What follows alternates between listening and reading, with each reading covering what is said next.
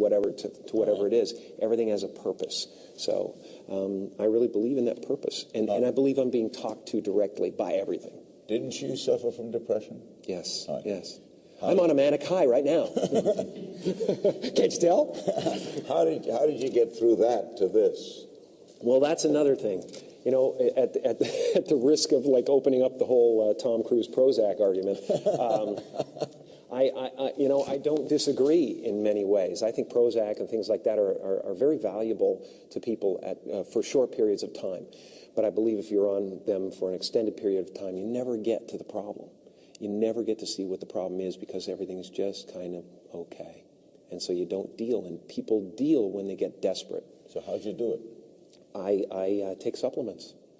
Vitamins? Yes, there is it is vitamins, but it's also certain elements of the brain like tyrosine and hydroxytryptophan that they're treating depression with now. And it is a natural substance that's in your brain, but instead of being a serotonin inhibitor, which just uses the serotonin you have in Prozac and things like that. It just uses the serotonin you have, and it doesn't allow it to go back into the receptor.